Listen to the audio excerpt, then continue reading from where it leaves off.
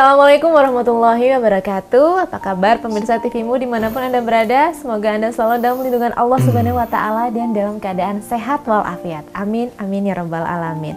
Senang sekali saya Marini Sayuti kembali hadir menyapa Anda dalam program Inspirasi Sukses. Pemirsa membayangkan tidak sih kalau hidup dalam lingkungan hutang gitu? Hutang, mendengar katanya saja saya agak gimana ya? Aduh, terbebani sesuatu begitu kan. Nah, untuk membahasnya sesuai dengan tema kita kali ini, hidup bebas hutang dan riba. Sudah hadir di studio TVmu Kang Edvan. Assalamualaikum Kang Edvan. Waalaikumsalam warahmatullahi wabarakatuh. Apa kabar hari ini? Luar biasa. Luar biasa, semangat alhamdulillah dengan salah satu narasumber yang agak-agak ini ya, mungkin nggak familiar, coach bebas hutang begitu ya. Nah ini soalnya agak-agak gimana ya? Aduh, ini solusi bebas hutang. Solusi bebas hutang begitu ya Pak Mirza. Assalamualaikum Pak Mirza. Waalaikumsalam warahmatullahi wabarakatuh. Mbak Marini, alhamdulillah semangat. Semangat sekali ya. Semangat untuk memberikan solusi para pemirsa TVmu gitu ya. Insya Allah mudah-mudahan. Langsung di awal mungkin bagi Anda pemirsa yang merasa banyak utang, ingat dulu namanya. Langsung saja begitu ya. Coach bebas hutang ini karena namanya nyentrek begitu ya, agak familiar tapi kayaknya dibutuhin begitu Pak. Insya Allah ya. Insya Allah. Oke, baik Kang Edvan. Tadi kan saya sudah sebutkan bahwa tema kita hari ini adalah hidup bebas hutang dan riba. Nah, mungkin bisa dijelaskan dulu apa sih yang arti hutang itu seperti apa dan riba itu juga seperti apa berdasarkan hukum Islam tentunya ya. Berbicara tentang hutang dan juga riba, kita jangan dulu berbicara ke sana karena sudah ada ahlinya. Tapi saya ingin memberikan sebuah prolog bahwa segala sesuatu itu diawali dengan mindset, termasuk dalam hal ini adalah tentang berhutang. Iya, berhutang. Ya, banyak orang Indonesia, kita bicara Indonesia, yang hidupnya memiliki hutang. Nah, bahkan bisa dihitung lah, yang orang yang hidup nggak punya hutang itu bisa dihitung. Nah, betul. Gitu. Nah, kenapa bisa seperti itu? Karena mindset orang-orang di sekitar kita, terutama di negara kita ini, orang Indonesia adalah pakai dulu, baru bayar kemudian bayar. Pakai dulu mobilnya, bayarnya belakangan tiap bulan. Pakai dulu rumahnya, bayarnya belakangan tiap bulan gitu kan. Betul kan? Betul ya? Betul. Memanjakan juga sebenarnya. Iya, mindset yang salah. Padahal di dalam Islam adalah beli dulu, lunasin dulu, bayar dulu, baru kemudian kita boleh makan buah kurmanya. Kecuali si penjualnya mengizinkan untuk dicoba. Nah, makanya banyak orang Indonesia di mall ada buah kelengkeng. Waduh, belum dibayar. Ibu-ibu di sini ya. Dimakan dulu buahnya. Kemudian dicoba lagi. Nggak manis, coba yang lain gitu. Coba lagi, mungkin yang ini nggak manis, yang sana manis, coba lagi. Ya ampun, padahal. Iya. Kemudian nggak beli lagi. Iya, coba nggak jadi dibeli. Hati-hati pemirsa. Ada nanti orang yang masuk neraka hanya karena satu biji kurma yang dia makan dan dia tidak bayar. Walaupun dia beli setelah itu, tapi karena tidak ada akad jual beli atau saling memberi antara kita dengan penjual, kita coba. Niatnya sih coba, tapi kan itu haram kan? Betul. Punya orang kan, bukan hak kita. Kita coba, kita makan, kemudian menjadi daging, dan kemudian daging itulah yang nanti dimasak oleh api neraka. Nauzubillah. Nah, bayangkan itu aja udah kayak gitu. Iya. Itu mungkin terlihat agak sepele begitu ya, Kang Edvan. Sangat orang berpikir sepele. Kadang orang ya banyak lah, terutama buah ya, buah-buahan yang paling. Ada juga orang di mall haus, ya kan? Maka dia beli botol minuman, dia buka dulu, dia minum dulu, walaupun tetap dia bayar. Tapi yang tadi dia minum, itu dia minum dalam keadaan bukan menjadi haknya. Karena masih milik sah si toko. Belum dibayar, kita belum lewati kasir gitu kan. Ya di minimarket lah, supermarket, di mall dan sebagainya. Jadi bayar dulu, Islam itu seperti itu. Bayar dulu, baru kemudian itu menjadi hak kita, terserah mau kita apain aja. Termasuk mobil kita, rumah, handphone, sekarang handphone aja kan. Handphone aja berhutang ya dan segala macamnya. Nah, dari mindset di awal aja orang Indonesia, saya pun dulu seperti itu, sudah banyak salah dan kemudian mari kita perbaiki agar apa? Agar kalau mindsetnya benar, insya Allah hidup kita bebas dari hutang. Karena sudah jelas juga ya di Al-Quran ya Kang Edvan ya, bahwa memang tidak boleh gitu ya, artinya menjauhi hutang begitu ya Kang Edvan ya. Ya, sebisa mungkin hidup jangan pakai utang lah, jangan punya utang lah. Kenapa? Karena tiap hari kita punya uang dikit, kan wajib dulu bayar utang. Misalnya kita lewatkan kewajiban itu, kita jalan-jalan lah, kita beli sesuatu yang baru, dilihat sama orang yang piutang sama kita, ya kan? Bayangkan betapa dia tidak ridho, dia tidak suka. Katanya nggak punya uang, itu jalan-jalan. Katanya nggak punya uang, kok upload mobil baru, motor baru dan sebagainya. Maka sebisa mungkin mindset kita dari awal pemirsa sebelum kita bahas lebih lanjut adalah beli dulu, baru bayar. Mindsetnya seperti itu. That's Islam. Gitu ya, akadnya dulu, ya akad dulu, baru ya sama pernikahan pun gitu kan. Akad dulu, baru terserah, bebas gitu. Tapi kalau sebelum itu maka haram jelas hukumnya. Dan dulu ada satu kisah di mana satu sahabat Rasulullah SAW ia dianggap sebagai calon penghuni neraka hanya karena tadi itu. Calon penghuni neraka itu serem banget ya. Karena dia lupa untuk meminta izin dan memakan buah biji kurmanya. Satu buah kurma saja. Itu pun kurma yang jatuh ke bawah.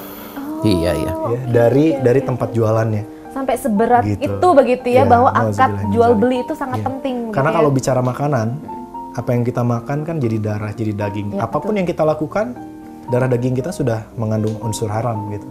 Kita sholat pun sholat dalam keadaan darah daging kita haram. Ya nauzubillah min dzalik.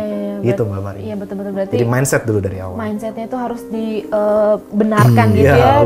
Diluruskan dulu bahwa memang di Islam sendiri juga sudah jelas diatur begitu ya, bahwa akad jual beli itu jelas begitu ya, tidak boleh tadi seperti Kang Evan bilang, biasanya kebiasaan ibu-ibu jalan-jalan ke mall gitu ya, main cicipin aja ya.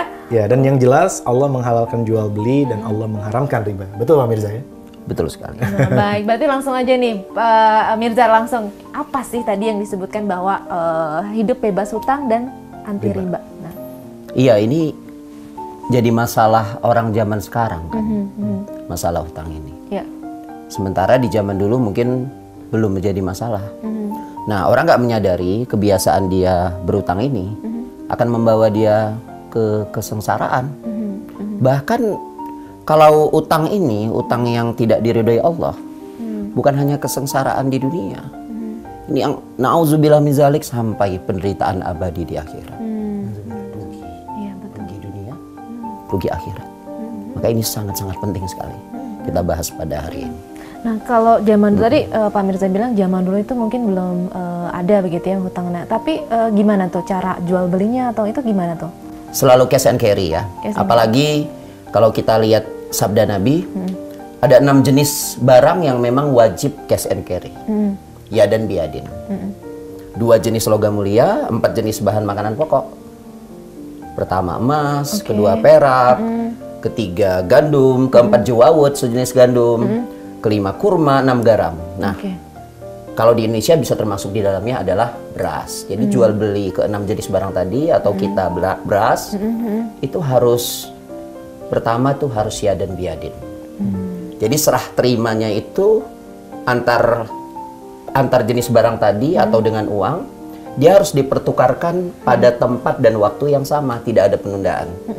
Kalau terjadi penundaan, jual beli 6 jenis barang tadi, termasuk beras, maka akan terjadi riba. Itu riba jenis yang pertama.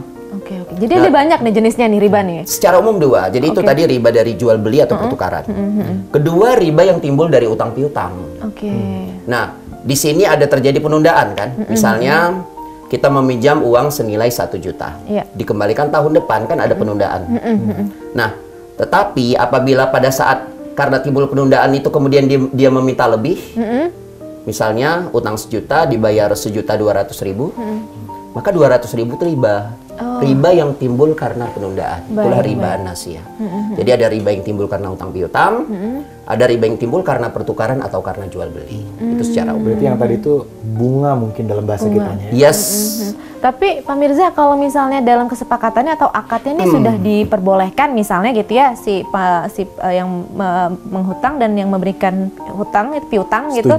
Setuju begitu. Nah, itu gimana? Setuju, saya pinjam 1 juta dan dikembalikan 1.200.000, sama-sama suka. Atau bahkan kadang orang yang pinjam itu yang bilang, ntar saya balikin, saya tambahin. Nah, itu dia kadang-kadang gitu kan supaya dilancarkan peminjamannya gitu kan. Iya. Jadi begini ya, kita harus paham yang namanya riba ini disampaikan Nabi sangat berbahaya, bahkan dosa yang paling kecil dari riba. Riba tadi itu kan contohnya utang piutang yang meminta tambahan lebih tadi kan gitu. Dosa paling kecil dari riba ini adalah seperti seorang laki-laki yang berzina dengan ibu kandung. Wah, nauzubillah min dzalik. Nauzubillah. Itu sangat berat ya. Sangat berat. Nah sekarang ya kita bayangkan kalau terjadi seperti itu. Nah jadi begini, kembali lagi, suka sama suka kan. Zina, maaf ya kalau istilahnya terlalu vulgar ya. Zina kan suka sama suka. Iya. Apakah lantas gara-gara suka sama suka menjadi halal? Baik-baik, tidak boleh. Oke. Begitulah dia kira-kira perumpamaannya. Oke, baik. Jadi tetap tidak boleh begitu ya. Iya. Tetap ada kesepakatan di awal, tetapnya itu riba begitu namanya ya. Iya. Masya Allah. Baik. Bahaya kan? Sangat bahaya.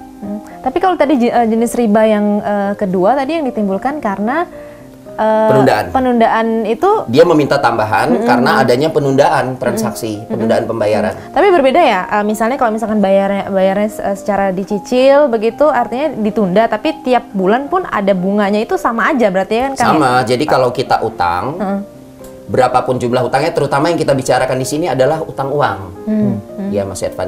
Jadi kalau utang uang itu mutlak, berapapun kita pinjam, maka agar tidak riba, begitu juga jumlah yang sama harus diberikan. Apa yang dipinjam itu yang dikembalikan. Iya, jadi kalau 500 ya harus dikembalikan 500. Tapi kadang-kadang kan Pak ada ya mungkin begitu ya, mohon maaf, misalnya ada yang sangat membutuhkan begitu, ada beberapa orang yang kondisi ekonominya belum stabil begitu ya, mereka terpaksa meminjam karena keadaan yang sangat terdesak begitu, misalnya anaknya sakit, tidak bisa keluar dari rumah sakit dan terpaksa harus meminjam. Nah, disitulah apa ya, keterpaksaan itu loh yang harus dilakukan karena untuk membela si anaknya tersebut begitu agar segera keluar, itu gimana? Nah memang bagi orang yang seperti itu mungkin wajar, boleh dia berhutang, meminjam.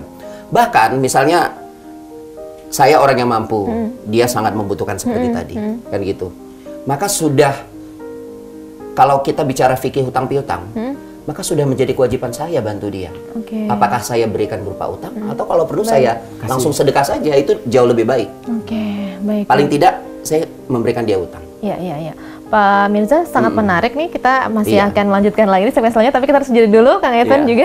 Pemirsa TVmu jangan kemana-mana, setelah commercial break, inspirasi sukses akan kembali.